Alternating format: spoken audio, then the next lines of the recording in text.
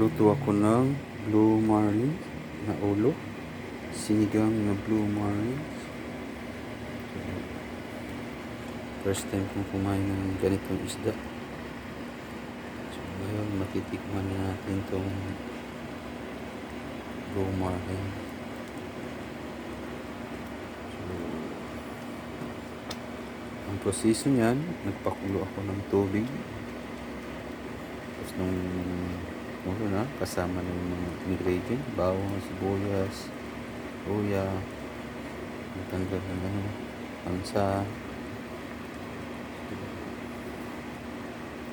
Ngayon, lalaglag na natin yung mga dahon-dahon, mga ricadas, mga dahon-dahon.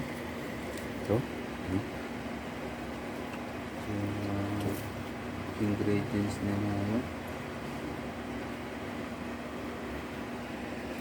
Yan. Kita mo. Sinigang na blue marlins. Yung mga sili.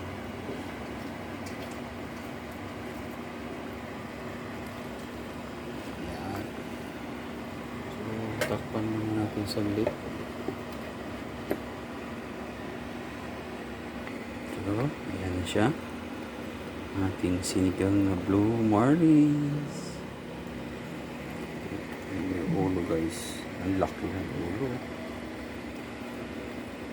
Tignan natin kung anong lasa ng blue marlins.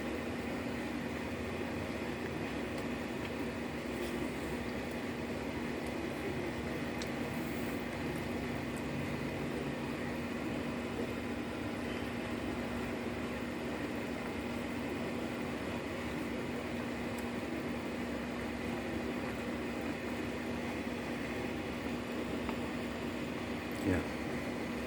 Yung ulo guys, super laki.